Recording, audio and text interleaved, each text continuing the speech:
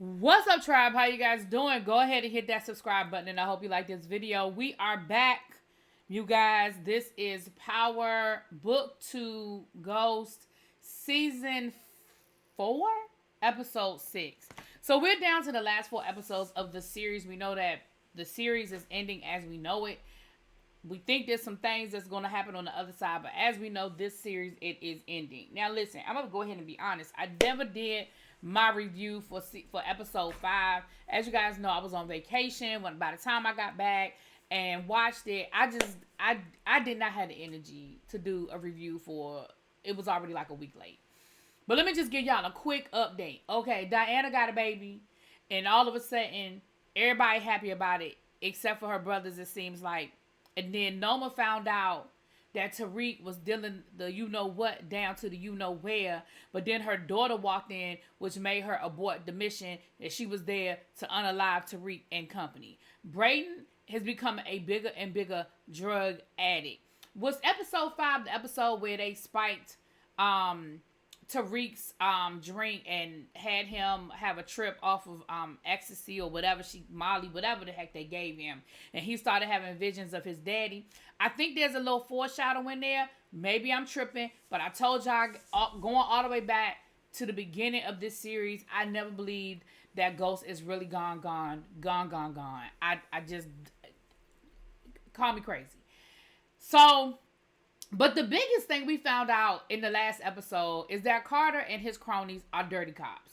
Now, Retro CG said that on every Power series, there has to be a dirty cop. And up until this point, we really hadn't had one. So I guess we would do for a dirty cop storyline. So Carter, who is supposed to be avenging the death of his wife, is doing it through dirty means. He now has Monet and company under his thumb because he caught them trying to rob the drugs from Noma and the Russians and whatever. So that's how the episode 5 ended. Well, we pick up episode 6 with Drew following Carter, trying to get him catch him slipping up, as if this cop would be out in the open doing something major. Okay, whatever. He sees them, of course, and he's like, tell Drew, look, stop following me.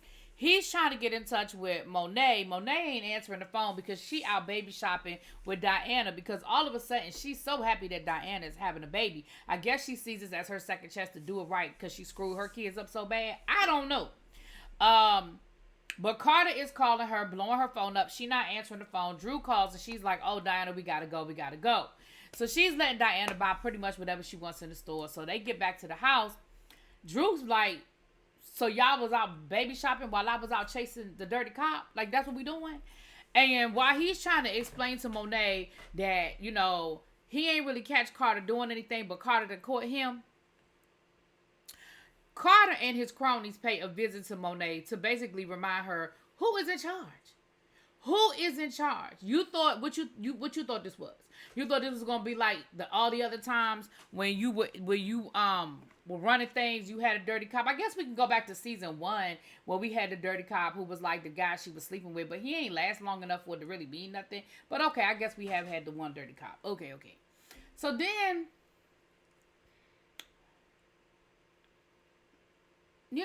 they do whatever. He threatening Monet. Monet threatening him back because Monet ain't gonna let nobody see her sweat.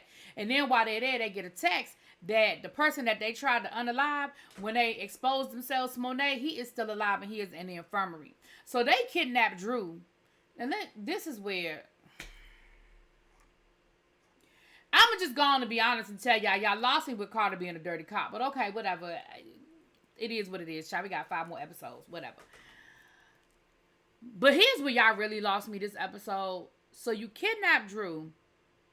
You booked him into the jail. You gave him a burner phone and said, we need you to find somehow, some way to get into the infirmary to unalive the person that we kept alive that can blow our whole operation. Now, I'm going to go ahead and say this. Before we get to the end of this episode, because I might forget to say it, but by the end of this episode, I honestly am confusion as to how Carter has kept this illegal operation running as long as he has, because he has a bungling bunch of idiots on his team, okay? So first of all, y'all straight up point blank shoot somebody in the head and y'all don't make sure he unalived. Y'all don't make sure he's gone. Then you send Drew in there to do it. And wait till I get to the Diana part. Y'all are really gonna trip on that. Okay, now while this is going on, Tariq is meeting up with Noma. Tariq and Brayton done met up with Noma in a public place, of course, with her right-hand man,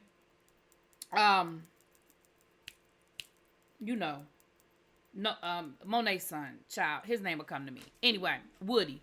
That's his real name. That ain't, But, Kane. That's it. Kane. Basically, Tariq is like, yeah, I have this, recording. I have all this information that basically details your drug operation, and I'm sleeping with your daughter. So you may or may not want to see me unalive. You know why? Because I have the keys to blow up your life, basically, is what he's trying to say. Now, Noma let them get a temporary win, but basically she was like, they just buying time because I'm going to get them. And everybody knows that it's just a matter of time before Noma find a way to get to them and get what she needs from them and all of those things. But we'll put that in a pin in the back burner for right now, because honestly, I'm so unconcerned with Noma and Tariq and the tango dance that they dancing, because it's so many other things going on that's just not even an issue anymore. Now, Noma has a meeting with the guy that Davis set her up with so she could put her, her legit business in place.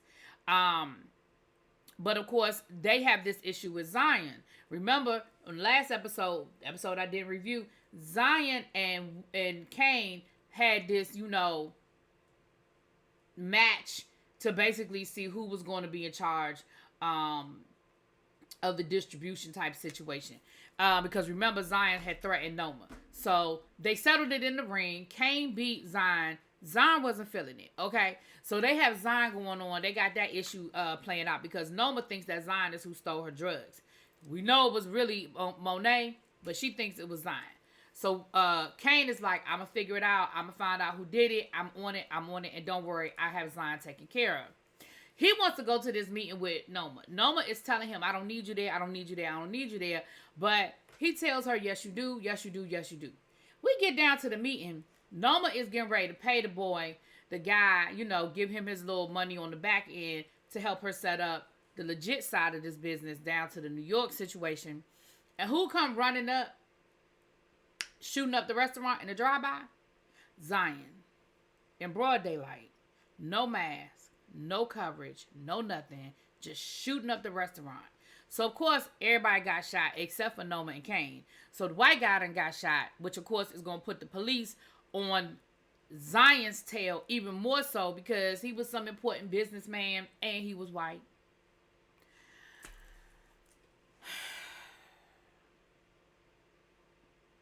So Zion calls Carter because Zion is in business with Carter too.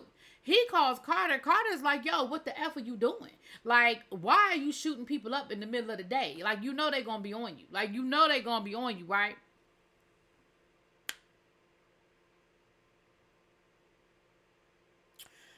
Zion is like, man, I was disrespected. I had to let them know. I didn't appreciate they being disrespected. So Carter is like, I tell you what. He said, I need you to lay low. So, of course, he was like, well, I need somewhere to go. So Carter gives him an address talking about something. This is a safe house that's off the books. Go ahead. Zion, you got to be smarter than that. You had to know that there was absolutely nowhere in the world that Carter was really looking out for you, bruh. Like, you had to know that wherever he was sending you was a setup. I don't understand why you thought that was a safe space. And I don't understand why you didn't have your own. Like, you supposed to be this, mid to high tier dealer in the city. You don't have somewhere you can go lay low. You don't have a safe house that you can go. You can't get in one of your cars and just leave the city for a minute and let shit die down. Why you gotta rely on him? Anyway, as soon as Carter hangs up the phone, he looks at one of his team members, the girl on his team, I don't even remember her name. She's not important. She's a dummy. That's what she is. We're going to call her crackhead because that's what she is. She's a little crackish, okay? He tells her, go put Zion down. Well, while she's on her way to go put Zion down, she gets a call from IAD. Now, Carter knows that IAD is on him and his team's back. That's why he's like, we need to lay low. We can't bring no heat on us. Although I can't tell the way y'all moving. It don't look like y'all trying to lay low. But okay then. So IAD calls her and says, look, we need you to come in. We need to talk to you. We've been getting some excessive force complaints against you. And she was like, oh, it's just people, people complaining about nothing. They were like, yeah, we don't know what that's about. But what we do know is that we need you to come in. Come here. Come on down. Ease on down the road. That's what we need. So this is where, now, if they had already lost me with the Drew going to jail situation, this is where we made a hard left and we're just on rugged terrain, okay? So old girl goes back to Monet's house looking for Monet. Now, Monet's not there. Diana is there. You already know that Diana is pregnant because you peeped it when y'all went into the house and y'all saw all the baby stuff. You peeped that Diana was pregnant. You go to Diana and say, listen, I need you to do me a favor because I got to go talk to IAD. And if I don't do what Carter needs me to do, I'm going to be in a whole bunch of trouble. So you thought, then rather than call Carter and say, yo, IAD done called me, I can't go finish up what you need me to do because I got to make a U-turn and go back and go talk to IAD, which, by the way, Carter already knew that IAD was looking at his crew, so it wouldn't have even been weird or nothing, and he could have got on the phone and called somebody else to go handle it because his whole crew is dirty. It's not like you were the only person that knew. Like, he had 4, 5 other people he could have called to finish up the job. You thought it was a good idea to double back over to Monet's house to try to get Monet to do it. But when Monet wasn't home, it still didn't occur to you that maybe this is a good idea that I should call Carter and let him know what was going on. No, you decided that you was going to recruit Diana to go kill Zion.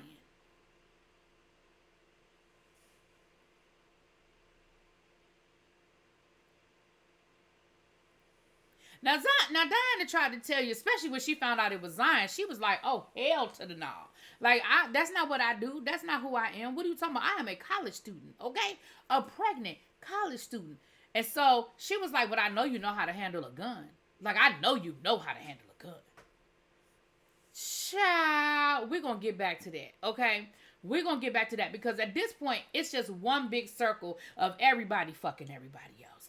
That's really what we've created in this one episode, is that we have these 3 different factions, 4 actually. We have the Tejada organization with Monet. We have Noma's organization. We have Tariq and his crew. And then we have Carter and his dirty cops. So we have these 4 organizations that really are just one big circle of them all just fucking each other. That's really what we boiled down to. But neither here nor there. Let me keep going. Oh, and did I mention the reason why I'm calling her Lady Crackhead from now on is because we saw her take a toot-toot on her way to IAD. Probably wasn't the best decision, but clearly that's how she copes with things. Okay? Moving right along. Tariq is actually a smooth dude when he wants to be. We saw Tariq and Noma's daughter getting it in, doing what they do, you know. And Tariq actually got her to start talking about her mother and her father. So she got her to talk, he got her to talk about her father and how he died, you know, the fact that he died and what her mother does. And she was like, well, Tariq was like, well, you know, well, where does your mother go so much? Like, at first I thought, okay, Tariq, you being too pushy, you asking too many questions. But I guess he was asking them in a way that she wasn't tripping. So she was answering him. And so she said, well, you know, I mean, my mom travels all over, but, you know, I've been trying to get her to go to Nigeria, to take me to Nigeria. I mean, she goes to Nigeria all the time to see, you know, that's where my family is from, and she won't take me to go visit them, but she goes all the time to visit her brother. And I think she even said the brother's name. She said, and he was like, well, why won't she take you? That's messed up. Oh, well, she won't take me because, you know, she said it's dangerous. And I feel like Tariq, because at first I was like, all right, Tariq, you doing too much. You being too pushy. But honestly, Tariq actually pushed hard enough that he got some really good information, and then he switched it up and was like, "Oh, girl, you know them boots is fire," and he kind of liked the mood. And I said, wow, in 3 or 4 questions, he was able to find out, you know, where really Noma's soft spot outside of the daughter, right? Because she may or may not be actually going to Nigeria to visit an uncle, but now Tariq knows that Nigeria is a pipeline for something, either her legitimate business or her illegitimate business, right? Moving right along. Back over to Noma's house. Noma is now really tripping because her business deal done fell through, and they done shot up the restaurant and killed the white man. And she is like, oh my goodness. Like, Zion, and they knew it was Zion because, like I said, it was the middle of the day, broad daylight. He ain't had no mask on. So she was like, this is your problem because you and Zion decided to see who's what was bigger. And now y'all are in this cat fight and got me in the middle of it, and you done messed up my business. So they call, what her name is? Child, all these, y'all know I'm bad with the names anyway. Now I gotta remember everybody's name. But anyway, they call Tariq's ex-girlfriend, child. The name will come to me in a second, child. Don't put it in the comments. Y'all know who I'm talking about, okay?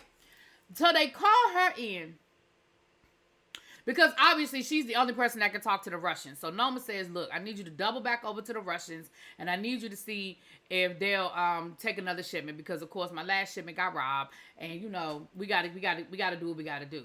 So she's like, cool, I'll take care of it. And of course, Kane tries to talk to her. She's ignoring Kane. Noma peeps it. Noma puts her foot down. I said, come on now, Noma. You can't act like you don't care, but you do care all at the same time. You can't act like you don't care, but you do care all at the same time. So, while this is going on, Monet tries to go warn Kane about the fact that the block is getting hot with Noma because she knows that Carter is on the tails of whoever those drugs belong to, and she knows they were Noma's drugs because Carter is trying to get her to tell him. He even threatened to kill Diana if she didn't tell him who the drugs were from. And she said, listen, I don't know whose drugs those are.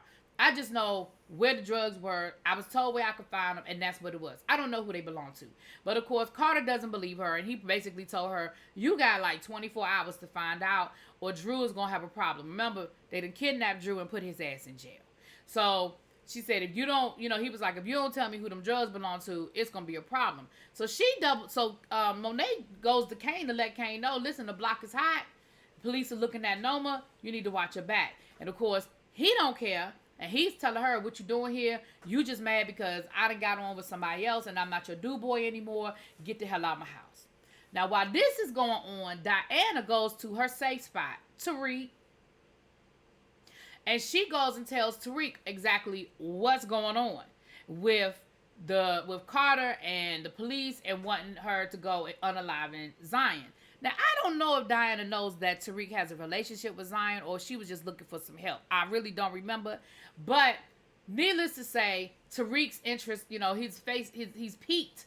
His curiosity is piqued because, of course, he does have the relationship with Zion. So you know who Tariq ran directly back to with this information? Davis. Because, remember, Davis is the person that put Tariq on with Zion to begin with. Now, while that is going on, Tariq's ex-girlfriend peeped him and Diana having a conversation. And she even know that Diana is pregnant. Why? Because light-skinned Keisha done told the whole damn school. Okay? So she was like, wait, you're the daddy? Damn. So, of course, her and Diana have to have an exchange about Tariq and Kane and who got who pregnant and what they going to do about it and all that stuff. You know how they got to do it. But in the meantime and in between time, Tariq goes down to Davis. Now, Davis brokers a meeting between him, Noma, and Kane, where basically Tariq lets them know, listen, I can get rid of Zion. I know where he is. I know the police want him gone. Ain't nobody really gonna look for him. But if I do this for you, basically we back to where we started. You you supply me and you let me do my thing, and basically we let each other live. You let me do my thing and I let you do your thing, and I can get back in business without worrying about you coming to kill me. Okay? Kane ain't feeling it, but Noma kind of is over a barrel because she was like, I really want Zion. I really want his ass. And clearly, you can't get it done, Kane. Now, while Kane is out looking for Zion, he comes across Tay. Tay is the guy that's in the infirmary that Drew was supposed to be finishing off because Carter didn't finish the job. Comes across Tay's brother. And Tay tries to kill Kane because he believes Kane is the reason why his brother got shot. And Kane is like, bro, I don't even know what you're talking about. And he was like, yes, you do. Monet was rounding up soldiers to do a job, and somehow my brother got shot, and now he arrested and in the infirmary.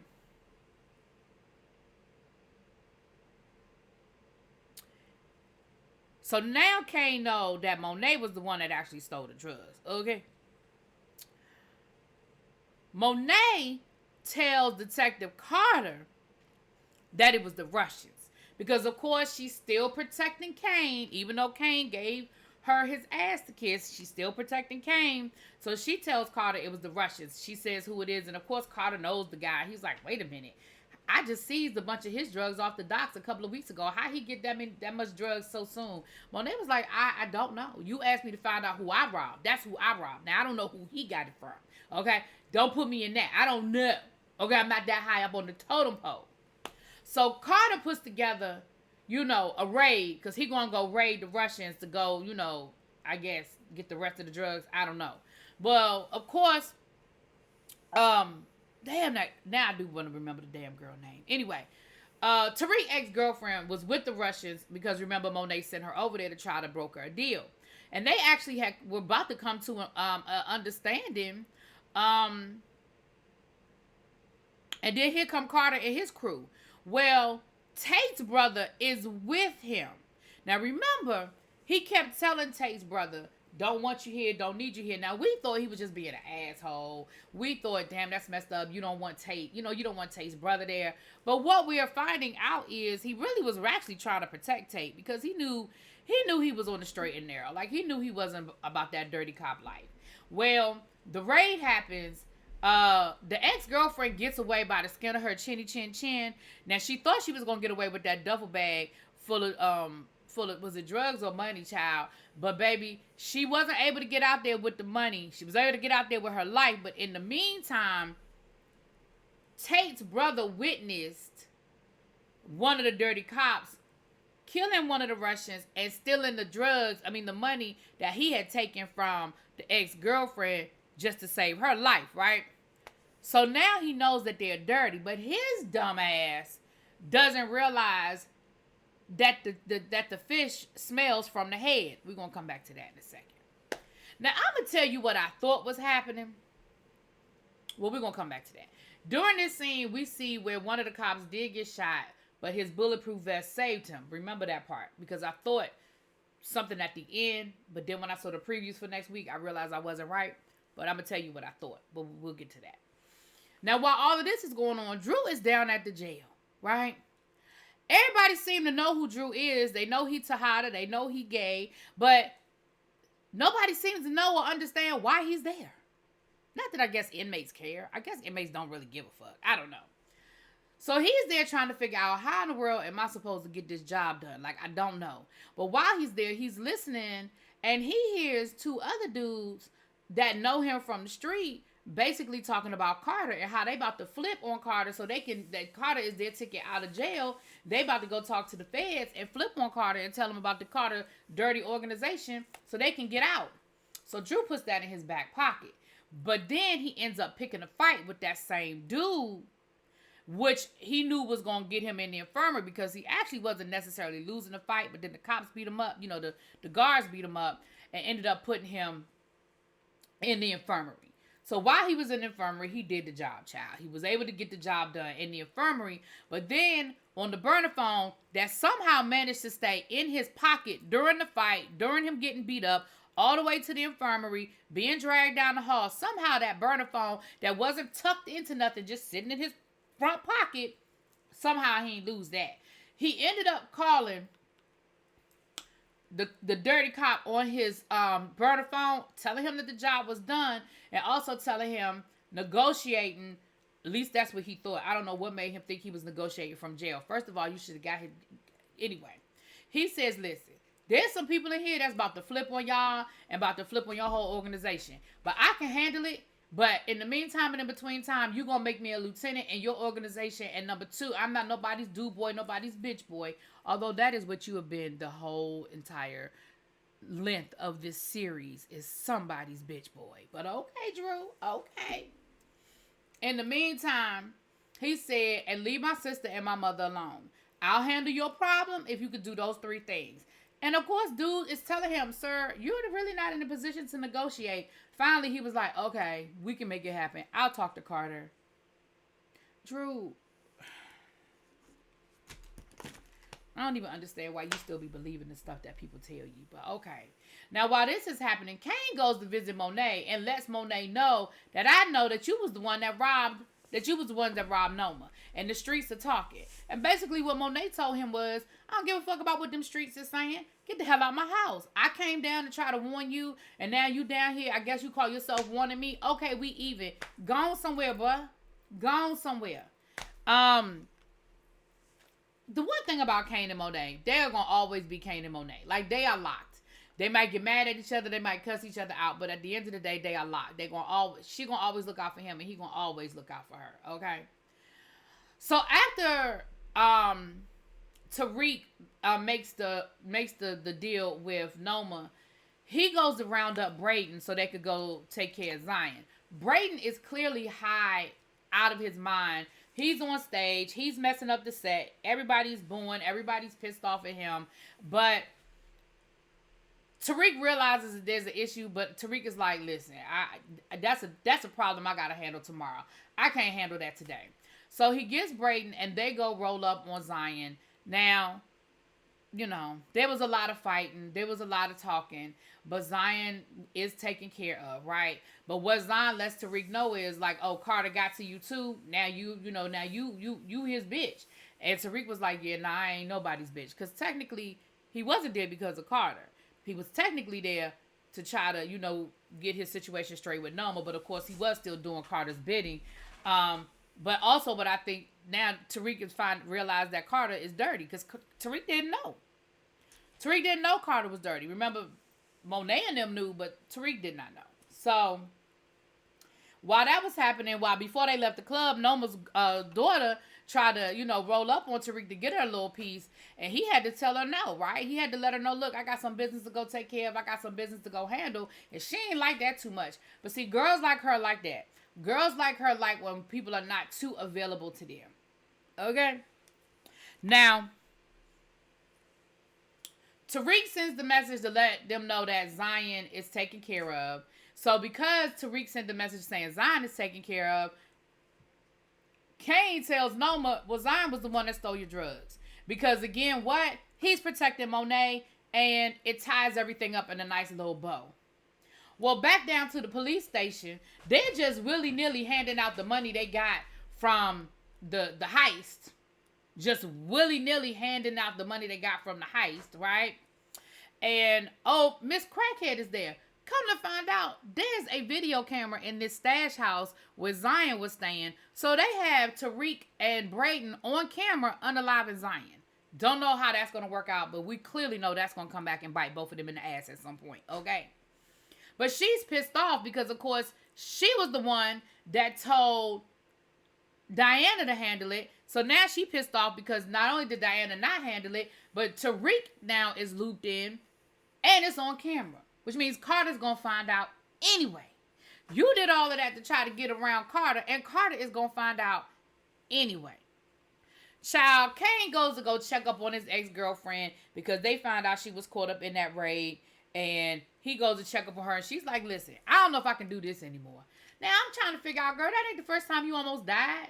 Like, buckle up, buttercup. But they have a little moment, child. Now, Diana done convinced Tariq to meet her down to a little spot because she want dessert, and I'm sure the baby want dessert. So Tariq was like, sure, I'll meet you there. So while she's on her way down to the little ice cream spot, Miss Crackhead rolls up on her, and she is pissed off. Miss Crackhead is pissed off that Diana didn't handle it herself. And she proceeds to whoop Diana's ass, focusing on the stomach. Because again, like we said, we know that she knows Diana is pregnant. So she clearly was aiming at trying to end Diana's pregnancy. I'm going to be honest with you and tell you, I think she succeeded. But it is a television show. They can make anything be what they want it to be. So, don't know. We'll find out next week. Looks like the previews for next week. Tariq shows up a few minutes later, finds, Diana on the ground, passed out. And, of course, he, gets her to the hospital. Now, while this is going on, Detective Tate rolls up on Detective Carter, Lieutenant, Detective, Captain, whatever Carter is, child, to let him know that his crew was dirty. And at first, Carter tries to, he basically is questioning him to find out, I guess, how much he knows. And then he lets him know, yeah, look, we're trying to, basically, we are rogue cops because we know that going through the proper channels don't make nothing happen. We're getting a lot done by doing it this way. And do you want to join us? Now, I'm going to be honest with you. I really don't think that offer was a sincere offer to begin with. I really don't feel like if Detective Tate had said, yeah, I'm on board, that they would have just set him up the next day, honestly. But he says, I need to think about it. Sir, you had to know that was a answer now offer. That was not a think about it, come back later or kind of offer. Like, you had to know that. So Tate shoots him. Carter shoots him. And again, I have to say, you literally are dealing with a whole situation now where you didn't make sure that the person that you shot was no longer among us. Why wouldn't you make sure that Tate was no longer among us? Because I'm going to be honest and tell you, I thought he had on his bulletproof vest because of them showing us that the other cop earlier in the episode was saved because of the bulletproof vest. I thought he had on his bulletproof vest. But the previews for next week look like that ain't the case. So, whatever. But where we leave him is him laying on the ground and Carter like, damn, like I tried to tell you, what you did. You told him you don't want to roll with us. You don't want no parts of this. But he didn't know you was a dirty cop. Like, he didn't know that you was dirty. Okay. Anyway, that was that. That was pretty much the episode. Let me know what you guys think. Don't forget to meet me over on TSF tomorrow at 6 o'clock, 6:30, I think. Tomorrow on TSF Entertainment. So you can get the whole panel and hear what we all have to say about this episode. I'll talk to y'all later. Peace.